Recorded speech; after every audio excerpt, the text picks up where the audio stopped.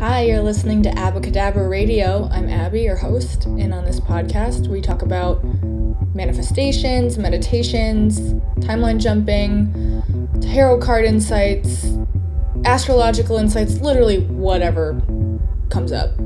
Happy to have you guys here for the ride. Hey guys, time for another episode of Abacadabra Radio. Today's episode is just gonna be like what's going on, energy updates, like shooting the shit, just whatever's kind of coming up for me, because sometimes those kind of podcasts, when I listen to them, of people just rambling on, it helps me the most. So maybe this will help someone. Maybe it won't. Maybe it'll just help me process the last few weeks, because that's kind of what we're going to go over. But yeah, it is currently Super Bowl Sunday when I'm recording this. I don't watch the Super Bowl. It's also my mom's birthday. She would have been 61 today. She's not with us. And somehow I have not been hit by a grief wave, which is nice and kind of surprising. I've had a lot of stuff going on the last few weeks, months in like the physical world, and a lot of what I've been doing is like trying to process that. And I've been listening to a lot of podcasts, a lot of like Jessa Reed, a phenomenal podcast. She's got AOD Radio, she's got Soberish, those are on Spotify. And then I listen to her Patreon too. She's great. Noah Lampert, he has one called Synchronicity. There's a lot of gems in there. And then P the Fairy has one called Cheat Codes. Those three, if you can just dive into those are fabulous. Highly recommend. When I go through like difficult things in the physical realm, I usually will turn to podcasts to remind me of what the hell I'm doing and to like take ownership again of my reality. And those three podcasts I hadn't listened to before the end of December, and there were just so many like things that resonated with me, and it just kind of like woke me back up and got me more motivated to like share stuff again and post stuff again and talk about this stuff. And yeah, so I don't know about you guys, but when I'll go through times where I feel like the victim of my reality.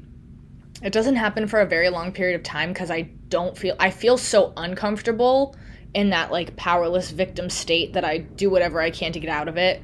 So usually that'll be starting with like listening to podcasts or like YouTube videos and stuff that are about personal development and like manifesting and conscious creation, like Neville Goddard kind of stuff. I guess I'm gonna throw out a lot of names of content for stuff for people to look at, watch, listen to, read about, I don't know. But that's what helps me. And then I get into like doing the meditations that I do, and I'm proud of myself because for the last few months I've actually been able to keep my meditation practice going, even if it's only for 10 minutes a day. Like usually it's multiple times a day for anywhere from 10 to 20 minutes, so that's great. And if you don't meditate, that's fine. And if you do, that's awesome too. And it doesn't have to be for an hour. It doesn't have to be sitting in silence, like with your mind completely empty. Though I have been doing a Joe Dispenza meditation, a guided meditation. It's my favorite one right now. And I actually just did it before I started recording this. And you just go into like the nothing, into the void. And I love doing that. But I'll also sometimes do like binaural beat ones and binaural beats meditations, like just listening to the beats and then guiding myself on my own meditation. Those are freaking cool.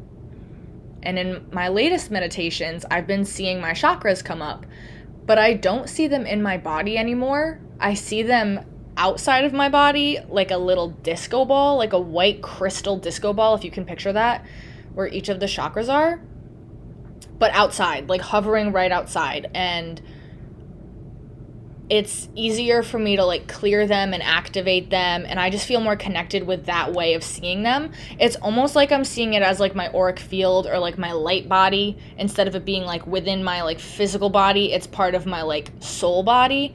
So if you're having a hard time connecting to your chakras, if that's something that you feel like doing, then that might be a different way of looking at it. Or maybe that will spark a totally different way that you can visualize your chakras. At first, I thought I was going to visualize them as like a light beam, but it totally evolved into like a disco ball, crystalline sphere. And I connect with that so much more heavily. So yeah, that's been pretty cool. And then I've been guided to do a lot more Reiki healing because I used to do Reiki on people. I'm a Reiki master. I'm a Holy Fire Usui Reiki master, and I used to do healings on people. I haven't done that for some time, significant amount of time. I also used to read cards, stopped doing that, getting back on track with that. Back to Reiki. I have been doing Reiki on myself. I did Reiki on my friend the other day last week, and I'll do Reiki on situations now. Reiki on people who I think need it, or sending Reiki. And then when I do that, if I ask, if you're susceptible to this, like in an energetic way, like please let your energetic body get this healing. And if, they accept, they accept. If it doesn't, it's just healing that goes out, which is nice too. Basically, the last few months, I'm going to try and give some information, not going to give all of it. We've been dealing with, I'm going to be really vague, actually, sorry. I've had a person in my life, not directly in my life, in another person in my life's life, causing a lot of, issues, causing a lot of problems, being a very difficult, very nasty energy, very mean, very bully-like, a lot of lies, publicly trying to just do whatever she can to make things very difficult and make someone in my life look very bad. The word slander would kind of resonate. And very threatening, just I think she honestly is going through a really rough time. But to have someone throw so much hatred and anger and hostility and just bad energy at someone who I hold in very high regard and have a lot of love for has been very difficult for me. And this has been going on since probably early December. And she just continues to make things very difficult. And I've gone through intense waves of I just want this person gone. And then I've gone through very intense waves of let me send healing energy if they accept it, because they obviously need it. And it's just weird. It's a very weird place to be in. And I think where I'm at with the whole thing is this person does, from what I've seen other parts of knowing this person, they enjoy being a victim. And some people enjoy being a victim. I enjoy being a victim for about 30 minutes when something happens, and then I just can't do it anymore. It's not productive for me, so I don't do it. And I stop and I look for ways that I can empower myself through meditation, through working out, through talking about things, through, I don't know, but I just know for me, when I'm in that victim state, I feel as I choose to keep myself powerless, and that's not productive and that's not helpful for me. So I have to learn, what is the lesson here? What's being presented to me? And what I've learned with this specific scenario is I can't fight other people's battles. And I can't make things better for other people as much as I want to, and maybe as much as they want me to. I can't be everybody's Mr. Fix-It. And I think that's been a big lesson in my life that I've been ignoring. When my mother died in September of 2020, I took on a role in the family that was a little bit more responsible with finances and with, scheduling and stuff, which is fine. I like doing that, but I think I accidentally put myself in a place of, I will fix everything. I will get it done. I can do it all. When I can't always do that. And that's okay, but when I feel like I can't always do that, or when I feel like I don't have control over the situation, because not every situation I'll have control over, I lose my mind, and that's when I start to feel powerless, and I worry myself, and I don't sleep at night, and it's just not productive. So where I'm at now is, okay, let me go through this, accepting that I can't fix everybody's problems, that I can't make mean people go away, that I can't direct where people's energy is gonna go or come from. And it's a weird lesson to learn. I'm learning it. I'm getting there. But sometimes lessons are a hard pill to swallow, I guess. But we're getting there. I've also noticed that since I've started meditating more, opening myself up more, and been doing more spiritual work, woo-woo work, I haven't been sleeping well. Sometimes it's stress. It's some stress from that situation because it's still going on. Sometimes I think I'm getting really intense downloads. I've had a lot of crown chakra, or top of the head energy. A lot of energy coming in. A lot of, hot sensations, hot, when you, put your hand on the top of your head. I'm literally doing it right now. And you can, feel that, heat because that energy center is so active. Yeah, that. So I think I'm getting a lot of downloads. I think I'm just processing a lot of different things. And I feel like all the work I'm doing, because I wasn't doing, after my mom passed away, I wasn't doing spiritual work at all. I totally shut myself off. I wouldn't even meditate. I was afraid to be alone with myself, because losing a loved one so traumatically and so quickly and so unexpectedly challenged everything that I thought I believed in about life and the afterlife, and it was tough. But I'm obviously not there anymore, because here I am back with all this, spiritual mumbo jumbo that I love, and that I think has actually helped save me in many different ways. It's helped me definitely calm down and keep my cool, because your girl used to have a hot head, which is fine. I've worked on it. But anyway, yeah, so a lot of different downloads I think have been coming in, and I think that's why sleeping's been difficult, and why I think I've just had challenges come up, and different parts of my belief system being challenged. And that's gonna happen when you're on this sort of spiritual journey, or when you're starting to wake up, or when you start to open yourself up to this stuff more and more. You're going to have this stuff happen. You're opening to it. So of course you're gonna have more downloads come in and more energy come in, because you're welcoming it. You're attracting it. You're becoming a magnet to it. So yeah, that's my little ramble about sleepless nights and what I think is going on. I haven't necessarily gotten many messages yet in meditations, besides I have gotten messages to use Reiki more, to send healing more, and to do more of that sort of thing. So I've been doing that sometimes.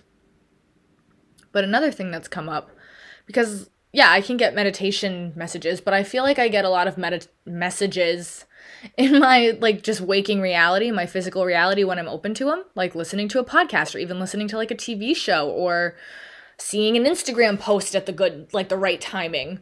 So be open to those things, because messages don't necessarily just happen when you're they're gonna happen when you need to hear them or see them.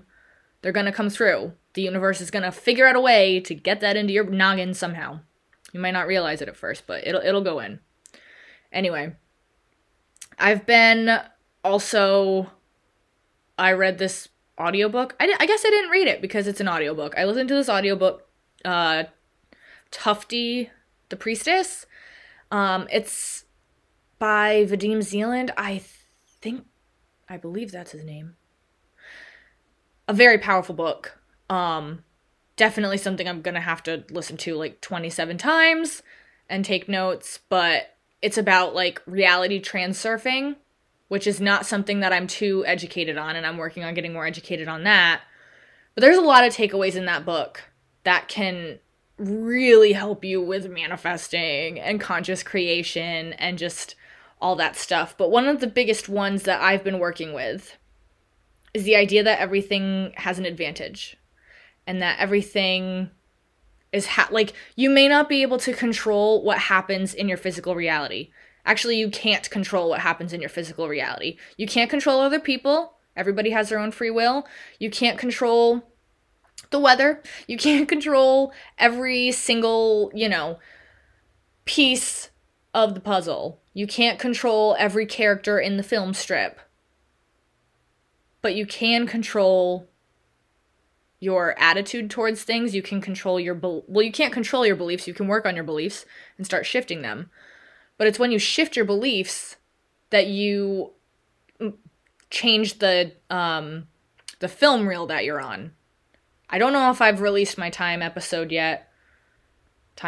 episode, but that has a little bit more on like timelines and jumping timelines. But when